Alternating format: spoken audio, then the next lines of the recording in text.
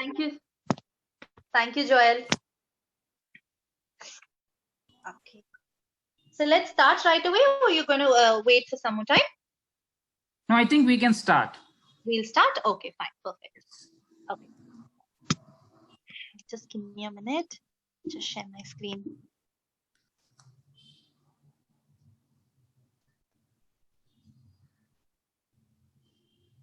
Joel, you're able to see my screen, right? Yes, your audio is also perfect. Okay. So a very warm welcome to all of you all as we are celebrating our Heart Health Day.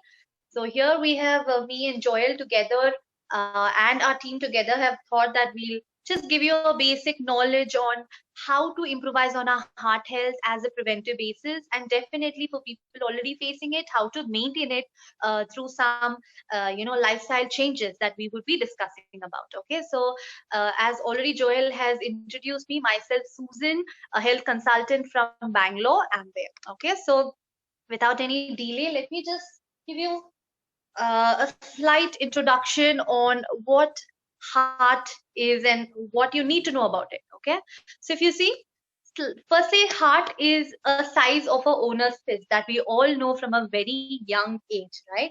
But you have to know that it's the hardest working organ. Why? Because it tends to pump like nutrient rich blood to every part of your body.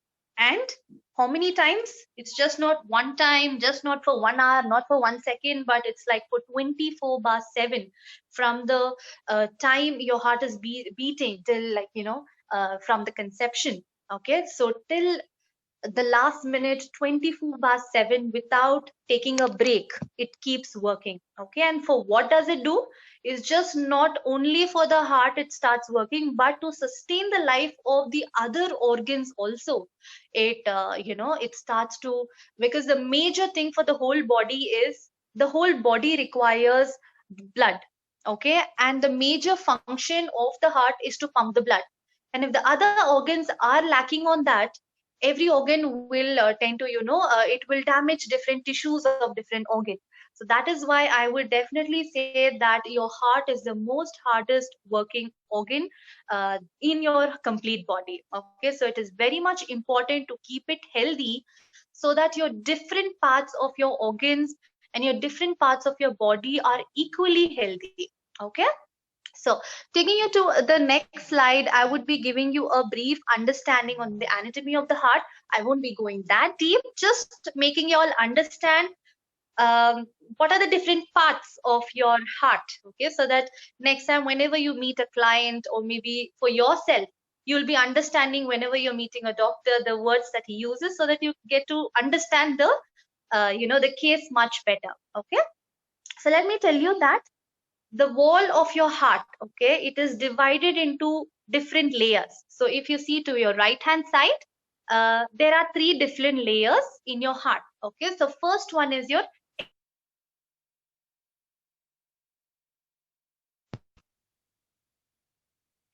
Joel, you're able to hear me now, right? Am I not on mute?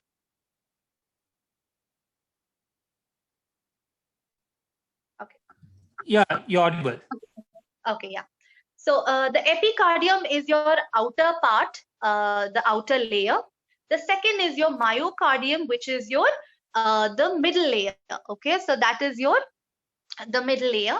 The last one is your endocardium, which is the inner layer. Okay, so these are the different layers of your heart.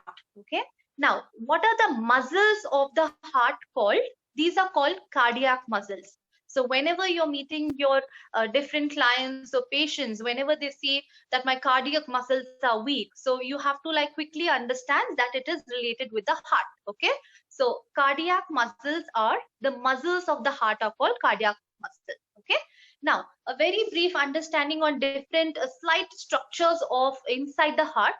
The heart is divided into 4 chambers. So as you see in your left side picture, there's something like your superior. So in a box or in a oval shape, just think it is divided into 4. So the superior chambers, that is your upper chambers, are called your atrium, and your lower chambers are called your ventricles. Okay, so as you can see the right atrium, left atrium, and your right ventricle and your left ventricle, right? So in this, these are divided by few, like the atrium and the ventricle are like medially separated by one connective tissue, which is known as the valves. Okay, so the valves, if you can see, it's like a V-shaped connective tissue, right? So why these valves are present? So that the blood is circulating only in one direction. Okay, so that is why these valves are present. Okay, now the right side of the valve, I mean the right side part, the valve is known as the tricuspid valve. Okay, which is TRICUSPID, the tricuspid valve. Okay, and the left side valves are known as the bicuspid valve, which is your BI.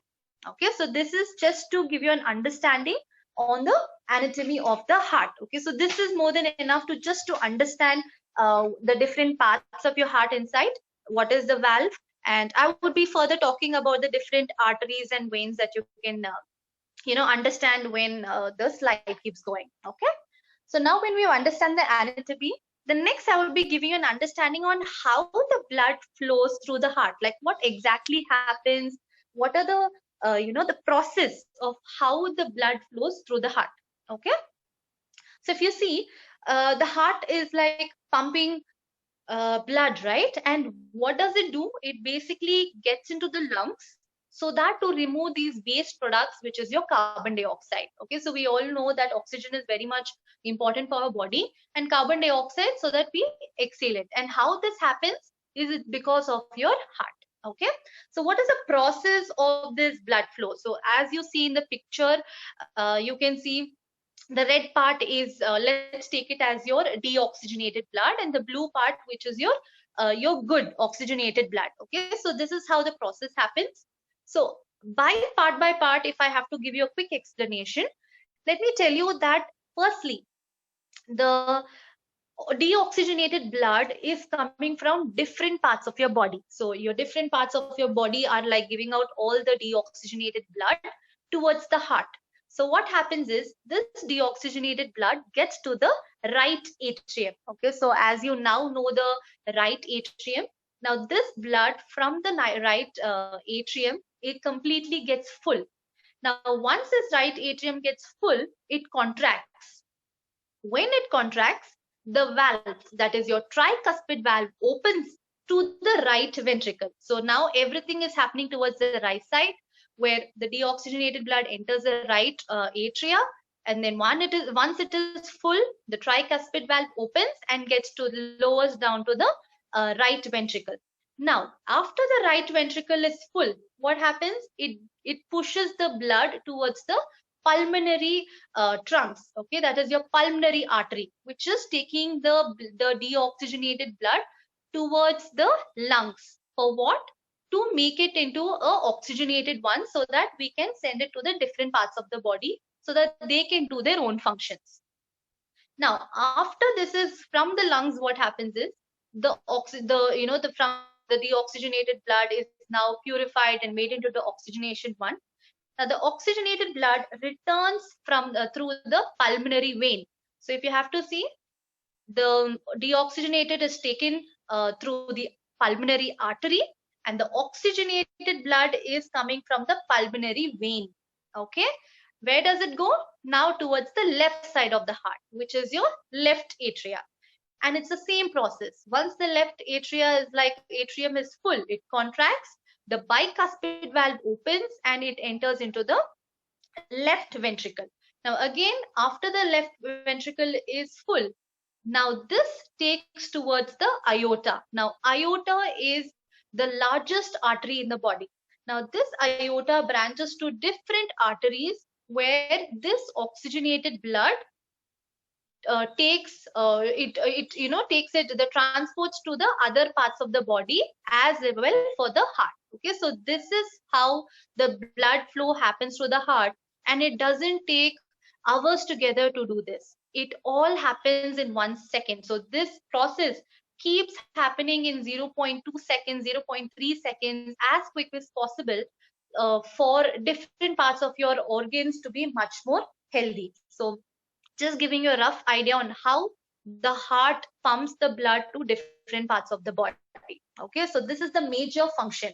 So now taking you further, what are the different factors or the heart health numbers that everybody has to like understand and keep it in the right, the right place, or the right numbers that is needed for heart health is first is your resting heart rate. Now this resting heart rate, again, if you have to understand on the values, for a man, a very good or maybe a very good to average heart rate that a man should have is around 60 to 75. Okay. And for a woman is 70 to 80. More than that, it is taken as a poor heart rate. And how do we improvise on that is definitely with your lifestyle factors and your exercise patterns. The more lesser, the much more better it is for your heart health. So if you have to see, athletes will be having heart rate of 45 to 55 because of the food habits, because of the physical activity. And for a woman athlete, it goes up to even 50 to 60. So make sure that your heart rate, if it is, when you're checking your heart rate, that if it is going above 85, 90, it means that somewhere your different lifestyle is still not correct. Okay. The second number that you need to start taking care is your LDL or your bad cholesterol. So LDL again is the one that is not needed for the body, which creates a lot of health issues, or especially for your heart issues. I would be talking about it much more further. Then comes your body mass index. So again, being overweight or obese person can definitely lead to a lot of heart health issues. Can be because too much of unhealthy food habits, which is giving a deposition of a lot of leading to a lot of deposition of the bad cholesterol. Okay, so make sure that you're having a healthy BMI. So BMI again is the depends upon your height and weight. So the correct BMI should be like between 21 to 23 when you check your BMI, that is your body mass index. A very ideal one is between 21 to 23.5. Okay. Then comes your blood pressure. So again, your BP has to be like in the right values, because again, due to your unhealthy habits of factors, your BP may rise, which I will be again talking more further upon that. The ideal BP pressure again is again 120 by 80, which is a very good BP value that one should have. Okay. Then coming with your hemoglobin A1C, which is your HbA1c, which means that your sugar values. Okay. So your sugar values also should be under control. Maintain it well, because that again affects on your heart health. So if you're having constantly a high sugar values, it definitely affects on your the heart health, because the regular beat does not happen. Okay. And the last one, which is your waist circumference. So again, depends upon your BMI, or for few people what happens, their weight is good, their height, for the height the weight would be good, but if you see the abdominal fat is much more higher. So this can again happen due to the accumulation of the visceral fat around the different organs, which is going to lead on deposition of the bad fat, or increasing on the BP or cholesterol levels, which is automatically affecting on the heart health. Okay. So make sure that these numbers are all under control, so that your heart health is much more better. Okay. Now, what are the other risks with the numbers that we saw is your heredity. So if you already have a person or a family member having a, be it a cholesterol issue or a BP issue or maybe a heart health problems, it's definitely time to start taking care. Don't just wait for your age to go higher or a body to give a symptom and then start taking care. Make sure that you start acting right away to take care on your heart health. Okay. Secondly is smoking. Now, smoking is again a major factor that can lead to unhealthy heart. Why? Because whenever you smoke more, or when you start smoking, it increases your heart rate. Now, again, as we all know, when the heart rate is increasing, what happens is it tightens the major arteries for the blood circulation. And whenever the tightening of the arteries is happening, it causes irregular heartbeat, because the flow of the blood is not happening right, or maybe the flow is happening much more on the higher pressure, leading to high BP, and definitely leading to a high risk of heart diseases as well. Okay. So, and you have to make sure that you stop smoking, or maybe make sure to reduce it as much as possible, because it definitely affects it definitely affects a lot when it comes to your heart health. Okay. Next is your stress. So we all know that these factors are not only for your heart health, but it's been in all our sessions that me and Sapna have been doing. These are major of our factors that we see that affects our overall health. So in this also, heart health is also affected, because whenever you're stressed or your anxiety levels are high, what happens is your fat cells automatically converts to your bad cholesterol. Okay. Which is developing palpitations. Now what are palpitations? It is basically a skipping of a beat. Okay. So if your heartbeat is skipping a beat, that is known as palpitations or irregular heartbeat, I have to say. Okay. So that happens, and in over time, if you're not able to maintain your stress, it definitely increases your BP over time. That is your blood pressure. Okay. Which is again going to affect on your heart health, right? The last one is your age. So we all know, as every year we age, every organs, every tissues, every cells of our body is becoming weak. Now if you start knowing that from a very initial stages, rather than waiting for some issue to happen and start taking care, definitely all the other symptoms or whatever is coming your way can be reversed, right? But you're already, if you're attacked by any of these heart issues, then getting back to reverse takes a very long time, or maybe sometimes it cannot be irreversible also. So make sure that as you're aging, maybe even like because nowadays, even like if you see a 20-22-year-old also is having a lot of cholesterol related issues or BP issues. Why is that happening? Because of the different factors. So make sure that as you're aging, don't wait for something to happen, but start taking care on your overall health and maintaining all these heart health numbers also. Okay. So now, as we understood what are the factors affecting, what are the risks for unhealthy heart, now I would be discussing more on the diseases or the disorders of the heart. Okay, so firstly is your coronary artery diseases or your coronary heart disease. So if you see, most of your heart related issues is because of the deposition of this bad fat. Okay, so if you see in the picture, the first one says that the artery is completely clear and the blood flow is happening well.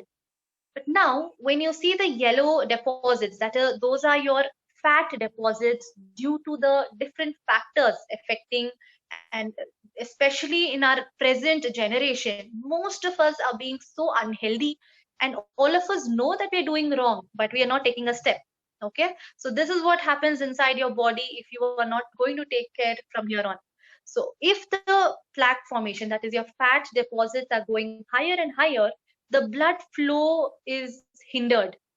Okay, so when the blood flow is hindered more and more, there's a blockage, and when the blood wants to circulate much better, suddenly a clot might happen, so which is leading a lot of heart related issues. Okay, so as I've explained the picture, this is basically for major of the heart problems. This is the major thing that happens, which is your fat deposits, which is not allowing the blood to flow, which is again hindering different parts of your organs, because the right amount of nutrient rich blood is not reaching to your other organs. Okay, so for this also, as much as possible, the lifestyle changes has to be taken care, that I would be talking to you in the later slides. Okay.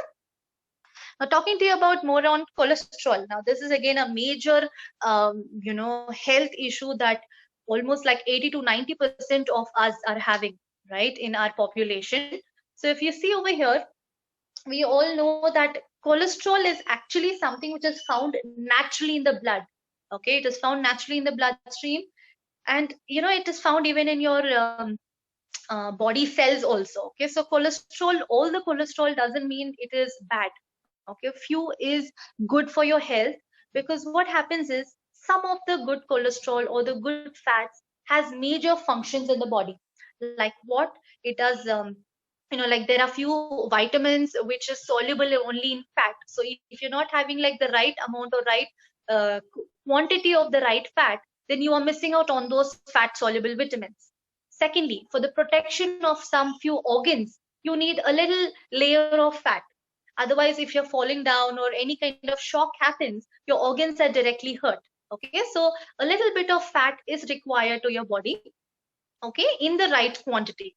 But if due to your lifestyle changes or unhealthy habits, what is happening, there's an imbalance of these cholesterol. Okay, so let me tell you, there are two types of major types of cholesterol, which is your HDL and your LDL. Okay, now what is this HDL and LDL is? So first thing is your HDL, which is your high density lipoprotein. Now, what is lipoprotein? It is lipids plus protein. Okay, so lipids means again fats. So the full form of HDL is high density lipoprotein. Now, what is this? These are known as cholesterol. So HDL means good cholesterol. Now, what is the function of HDL? The more the HDL in the body, the more better for all of us or for the heart health, because this HDL helps to remove the bad cholesterol from the arteries and takes it to the liver for the further breaking down. So that is the major function of the HDL. And if you see the levels of HDL over here, a good HDL level is again above 50. And if you're having below 40 and 35, you need to start increasing it, because it will help you to take control or balance the bad cholesterol from the body and take it away to the liver. Okay. Now, secondly is your LDL, which means your low density lipoprotein. Now, this low density lipoprotein is the one which is bad for our heart health or for our overall body. Now, what this does is, this is the cholesterol that keeps building up inside our artery walls. So as we saw in the heart disease, the start of the heart disease, this is the thing where it starts forming, the plaque formation happens. Okay, so this formation of the fat deposits in the arteries is known as atherosclerosis. Okay, so that is a term used for the formation or the deposits of the fat in the artery walls. So LDL should be always on the lower side. So if you see to the right side of the picture, you can see the right levels of the LDL as well. Okay, so always below 130 is best. Okay, and more than 160 or higher, you need to start thinking that your food habits or your exercise patterns or your stress or more of smoking is somewhere hindering on the increment of your LDL. Okay, and with this, I should tell you, even somewhere when you have taken this, whenever you want to check these levels, there's this test known as your lipid profile test. Okay, so in this test only you will be able to find out your cholesterol levels. With this, the triglycerides are also a very important thing that you need to check, because excess calories, if your body is not utilizing it, it gets stored in the form of triglycerides. Okay, that too where in your fat cells. Always better than 200 is better triglycerides. The person who's eating more of junk, more of deep fried items, or the liver is not functioning well, always the triglycerides shoot up higher. And if constantly the LDL or the triglycerides are on the higher side, there's surely the blockage of the arteries is already started. So you need to start controlling on that. Now, what kind of a diet is required for your cholesterol? It's always a low cholesterol food, that I would be talking more on what are the foods, especially on low cholesterol. Low fat diet is important, and a high fiber is very much important to maintain on your cholesterol levels, because studies have even showed that a good amount of fiber in your daily routine has actually lowered the bad cholesterol from your body, and it has removed and excreted that, especially with your soluble fiber. Okay, so that is a basic brief on your cholesterol.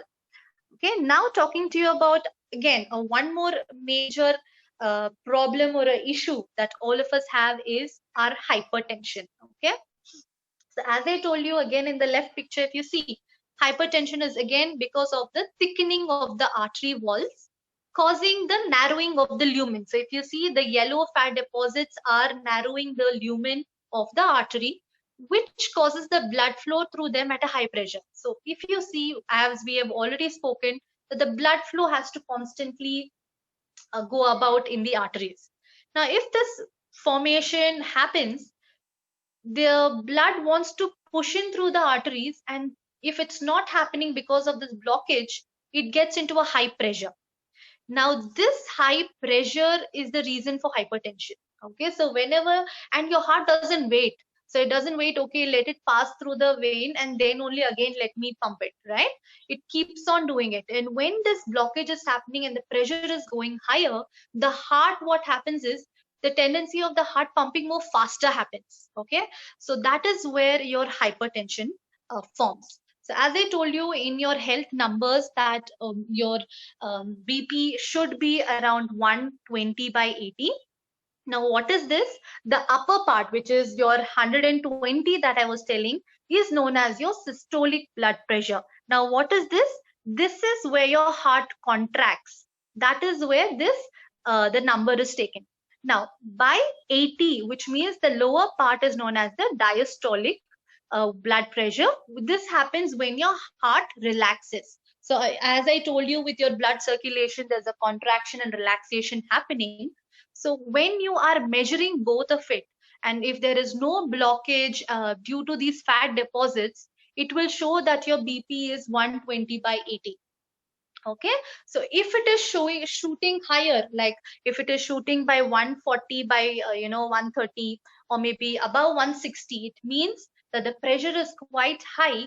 Then there's some form of a blockage of these fat deposits, leading to the the pressure to shoot up on the higher side. So make sure that these numbers are normal as as much, because it automatically affects a lot with your heart as well as the other problems. Okay, so if I have to tell you, if your BP is not maintained well and you are constantly going on eating all the unhealthy foods, what happens is it may lead to stroke also. So stroke, I'll be like talking to you about it.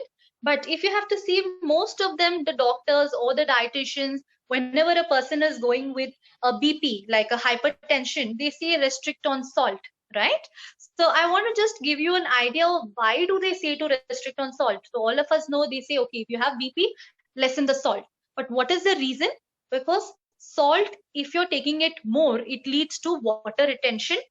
Secondly, it increases the volume of blood in the circulation. So first of all, the problem is only the blood flow is going in a high pressure.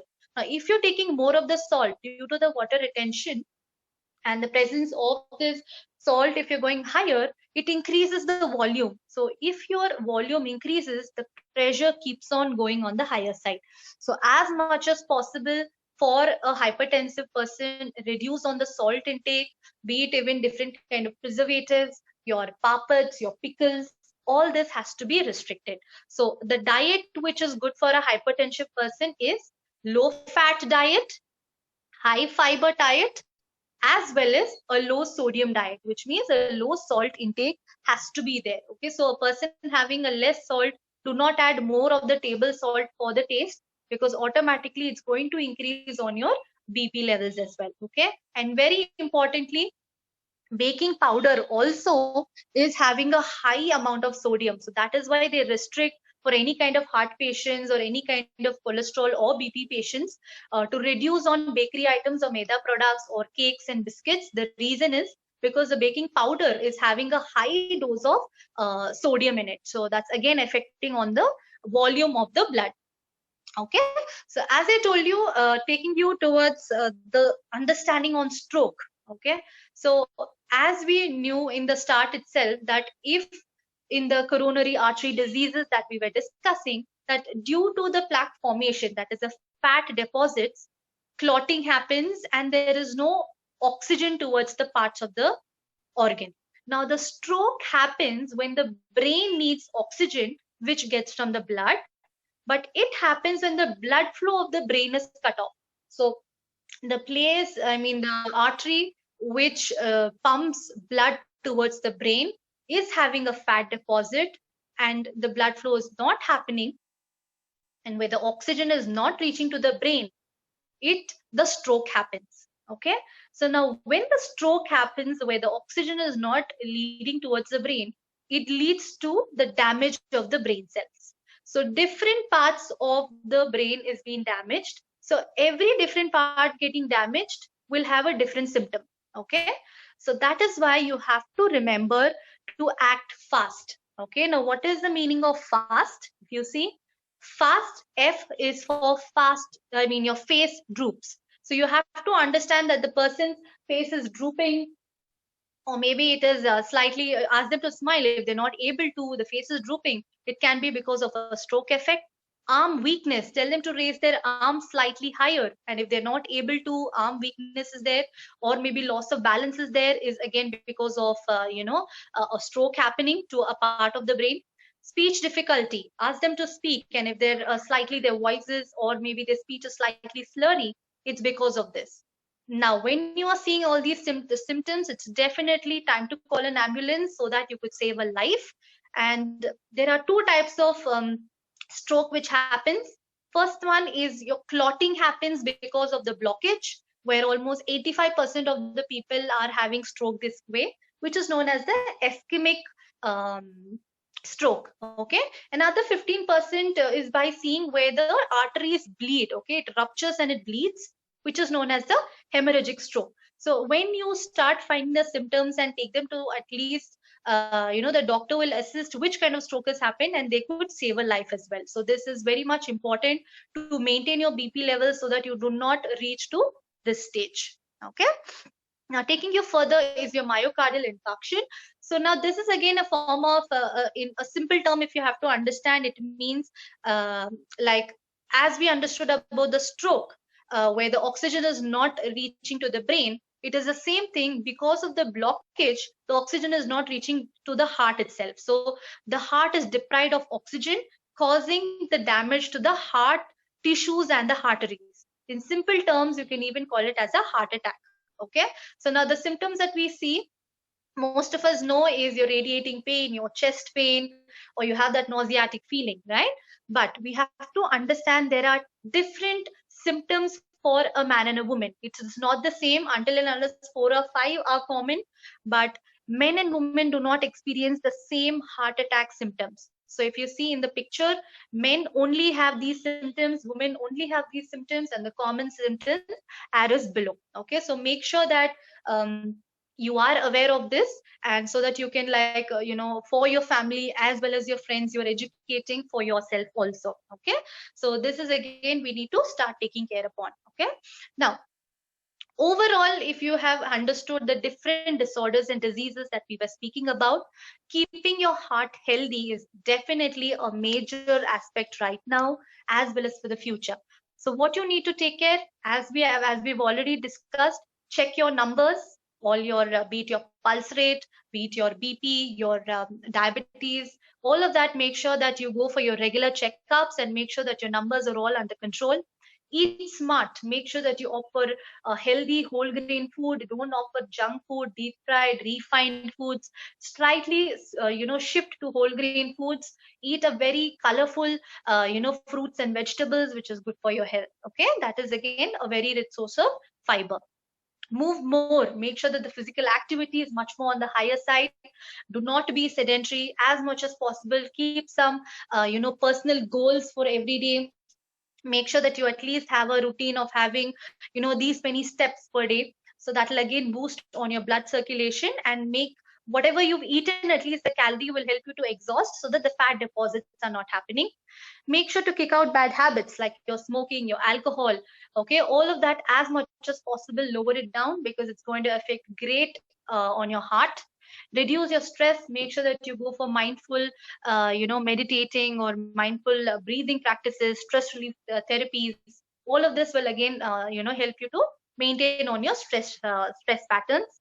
Sleep well. So whenever your stress is on the lower side, it automatically helps you with your good quality of your sleep. Make sure to get at least 7 hours of a good quality sleep. Okay, with that, over here to the right hand side, these are the major foods that will support on your heart health. Okay, because heart health definitely matters of what you eat, how much you move, controlling on your overall numbers. Okay, so over here, your dark chocolate, your good fibers, your avocado, your nuts and seeds. So nuts and seeds, again, make sure that you opt for your walnut and badam in the right quantity. Don't offer pistachios or cashew nuts on the higher side. because they are again high cholesterol. Okay, your salmon fish is a very good source, your avocados, your soya, so your green leafy vegetables. So all of this, make sure that as much as possible you're adding it in a daily routine, so it will help you to keep your heart healthy. Okay, now over here, the dietary management. So if I have to say, to help you with your dietary management, how do we take care? Definitely, plays a very important role. So over here, if you see, opt for quality protein and whole grain as much as possible, because that will support on your overall muscle strength.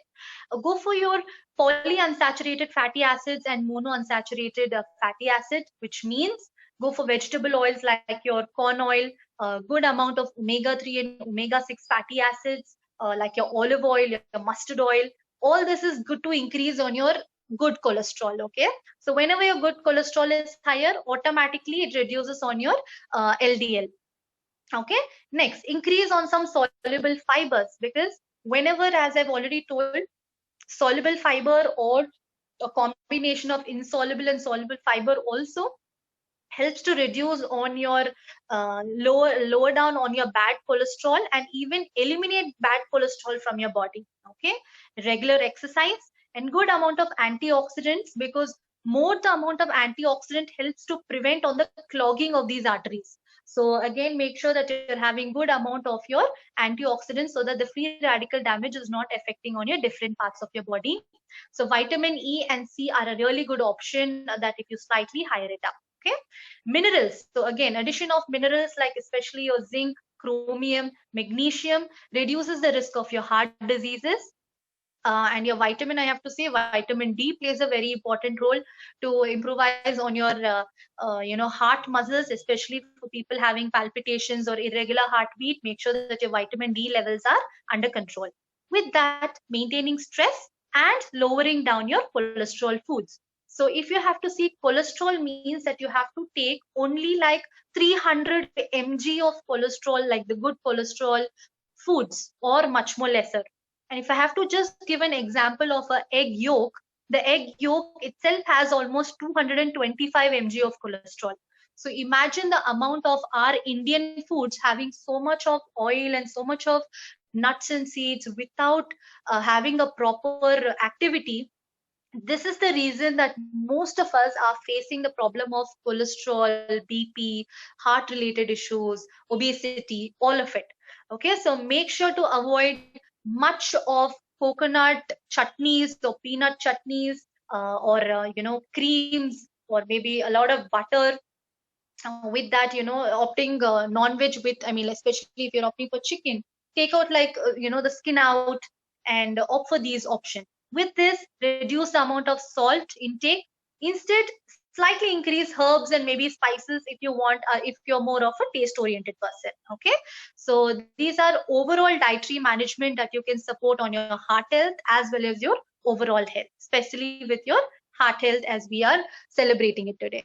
Okay, now, very, very important that I'll be talking to you is about the supplements. So if you see in our present world, all of us are having a food which is very less nutritious, and whatever we are eating also, the absorbability of the maximum nutrients are not happening. So supplements will help you to support on your food that you're eating and to make you get healthier much more better. Okay, so here are a few supplements that affects with the healthy diet and exercises for your heart. So first is your salmon omega-3. So all of us know salmon omega-3, as I've already spoken. Omega-3 actually is not made by our body. So we need to take it in the form of food, as well as we need to take it in the form of supplements. Okay, so this omega-3 in the right quantity helps to lower the body's production of triglycerides. Okay, so now you know triglycerides are bad for health. So the regular intake of omega-3 fatty acid. So if you have to see the omega-3 fatty acid as an oil, if you take it regularly, studies have shown that it has reduced a lot of heart health or heart issues, any kind of heart disorders.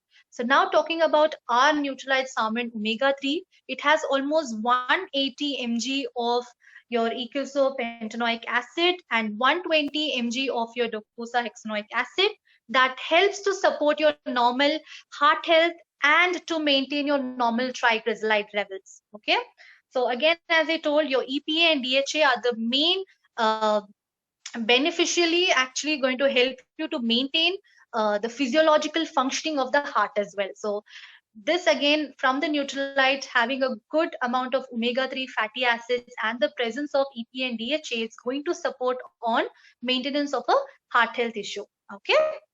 Now, second thing that we're going to talk about is your garlic. So as we all know, garlic as an ingredient has been possibly so much effective to aid the high blood pressure. Okay, so as a ingredient itself, we know that whenever they say high BP, opt for a garlic, increase more of your garlic. The reason is it actually helps to lower down on the pressure as well as the blood flow. It slightly decreases on the volume flow. And if you have to see, our Nutrilite garlic is definitely a very safe and a natural way to support on your heart health, because it contains something which a component known as allicin in it. Okay, now this is a main active component in garlic which helps to maintain your lipid levels. Okay, so lipid levels means your cholesterol levels, as well as is going to support on your, automatically it's going to support on your pressure, your blood pressure concerns as well. A third thing that we have to talk to you about, which is going for your heart health, is your CH balance. So CH balance, again, if I have to see, this is majorly having something known as green tea extracts. Now, green tea as an ingredient has been used for ages. For what? Because it actually improvises and aids in maintaining and lowering on your cholesterol levels. So your total cholesterol levels as well as your bad cholesterol levels, green tea has helped a lot.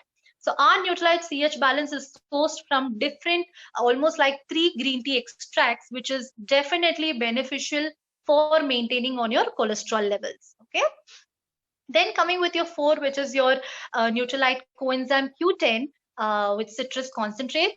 So just as a coenzyme Q10, if you have to understand, actually, if you have to say, every body or every cells in our body is having a good amount of CoQ10. Okay, but sometimes due to having this heart related, maybe having unhealthy lifestyle, the CoQ10 levels drop down, which is again which is very much beneficial for the heart muscles, but it is lowering down because of our unhealthy lifestyle. So most of the studies have shown that for the people having this irregular heartbeat, or to improvise on the heart muscles or the energy of the heart, definitely CoQ10 has helped a lot.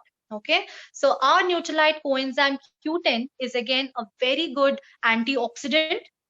It helps to neutralize on the free radical damage and definitely support on the heart functions. Okay, and with addition of these citrus bioflavonoids, it's again giving an addition of antioxidant power with a touch of a good amount of phytonutrients also, that will support on your overall health. Okay, now these are the major 4 supplements that will overall support on your heart, so for a preventive basis as well as for the maintenance, with the correct diet, with the correct exercise and the other factors. Now with this, you can definitely additionally add a fiber also. If you know that your fiber intake in the food is on the lesser side, definitely you can add a Nutrilite fiber, because it's a very good source of soluble fibers, which is going to support on taking care on your overall weight as well as your heart health. Okay, with this foundation, never to forget your all plant protein powder and a multivitamin, because protein powder, having a good quality protein, as I already told in the dietary management, additionally taking our all plant protein powder will improve the elasticity of the arteries. So having a good intake of protein improvises the elasticity of the proteins, which is again supporting on your heart health. And our protein is a combination of 3, which is your soy, wheat and yellow pea, and 10 grams of each scoop is giving you almost 8 grams of proteins, if you're if you're taking it 1 scoop. So the dosage that you can take is almost 1 to 3. Coming to your daily, which is a multivitamin and mineral, having a combination of almost 23 vitamins and minerals. And if you see a good quantity of multivitamins and minerals, actually helps to lower the heart diseases risk. So the studies have shown the right quantity and quality of vitamins and minerals in the body can make you as a preventive basis to support on your heart health. So again, we are absolutely blessed by having a daily, which is a multivitamin and a mineral. It will help you to bridge the nutritional gap, at the same time overall support on your heart health also. Okay, so with this is a slight understanding on our India's heart health crisis. And if you see, heart problem is the first killer for in India. And if you see from 2000 to 2030, from almost like 9.2 million, it's going to reach up to almost 17 million for people having any kind of heart health issues. Okay, so, and if you are not taking care of it, definitely 1 out of 3 persons, or if you have to see, out of 3 out of 5% is surely going to have some form of heart related diseases. So it's always better that we start acting right now to take care upon it. And with this, I just want to end it by telling, don't let your heart fall apart with your unwanted foods and selection of the wrong foods, but put all of the pieces together and have a healthy heart.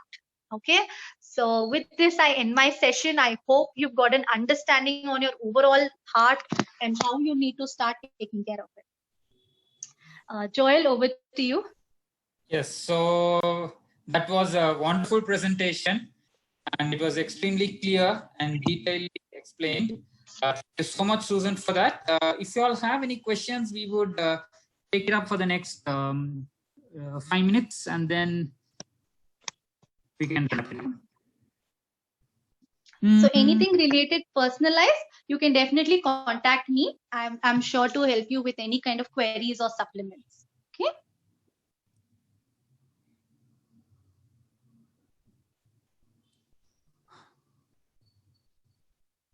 So there are a lot of thank yous and wonderful presentation coming up in the chat, more than the questions. So I just wanted to tell you. Yeah, I'm also just going through it to see if I have any questions too. Coconut chutney and peanut chutney, is it not good? See, as a coconut and a peanut, if you're taking handful of the whole food, it's okay. But in the chutney form, what happens is the quantity of the peanut or the coconut increases, where we won't know how much to take. At least in the whole, we can take like the right quantity. But chutneys will definitely increase the quantity. That is again not good in our longer run. When should we take CoQ10? You can take it post breakfast or lunch, because again that will slightly boost your energy also. So you can take it like post breakfast and post lunch. The main difference between omega and CoQ10? The major difference, omega-3 is again a fish oil, which is an omega-3 fatty acid. CoQ10 is a different component. So both are different. The omega-3 and CoQ10 both are different. There's nothing like what exercises would you suggest for a heart patient? What are the exercises? Exercises again depends. If the person is having like irregular heartbeats or having a lot of palpitations with a little bit, just go for a simple walk or maybe some flexibility exercises with some breathing practices. But otherwise, high intensity workout is definitely restricted for such kind of people, because they cannot. The palpitations go higher. Okay. What are the Indian foods that should be a part of the diet? That contact me personally, because overall, because every person to person it differs. So what I put on the slide, go for whole grain foods, go for the right kind of oils. That itself is a proper thing, like green leafy vegetables, good amount of fiber in your diet. But again, person to person it differs. Could you shed some light on the role of calcium and phosphorus in maintaining the blood pressure? Again, as I told you when I was talking about vitamin D, magnesium, your zinc, your potassium, phosphorus also plays a very important role for your heart being healthy. So those are also equally important. Okay, and I think someone wants an explanation for CoQ10 again. As a CoQ10 as an ingredient, as a component, or as a supplement? As an ingredient. Okay, so if you see a CoQ10, like if you have to see coenzymes, are few enzymes that help to protect the heart muscles. That is your coenzyme Q10, which is already there in every part of your body. but due to our irregular activities, our unhealthy lifestyle, the tendency or the quality of the CoQ10 keeps lowering down. Okay, so the right amount will definitely boost on your heart muscles. So surely adding a Nutrilite coenzyme Q10 will give you a support on that. Okay, and we'll be taking the last two questions as we have another event also coming up. And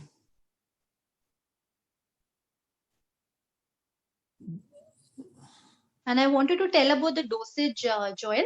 Yeah, because whenever already a heart patient is already in different kind of blood thinners, okay, so make sure that you tend to slightly understand if you're already having a contact with heart patients and you want to give it, make sure you take a consent with the doctor or slightly reduce with the dosage rather than starting all the 4 at once, because your omega-3, your CoQ10, your garlic, all of these also slightly act like your blood thinners. So if they are already on therapeutic medications, you cannot, at once increase the dosage for a normal person as well. So make sure that you slightly reduce the dosage of the supplements, or better to have a consent with the doctor. Okay. Which oil would you recommend for us to use? As I told, your olive oil, your safflower oil, you can offer your corn oil, mustard oil. All the cold pressed oils are absolutely good. Okay, so one last question. Can we take CH balance and garlic together? No problem. But again, as I told you, if you're already on a therapeutic dosage of blood thinners, then slightly reduce the dosage, or take it like whenever you're not taking the therapeutic dosage, maybe you can slightly shuffle it later. Okay, and I think Vrinda, Susan, we'll have to put in your number in the chat. So if you just... Yes, I shall.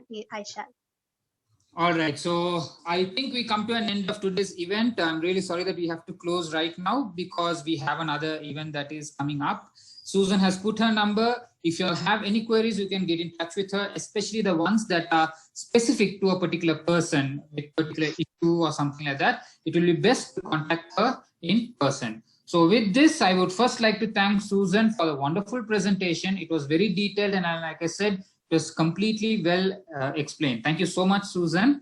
And before I close today's event, I would like to thank each and all of our participants here.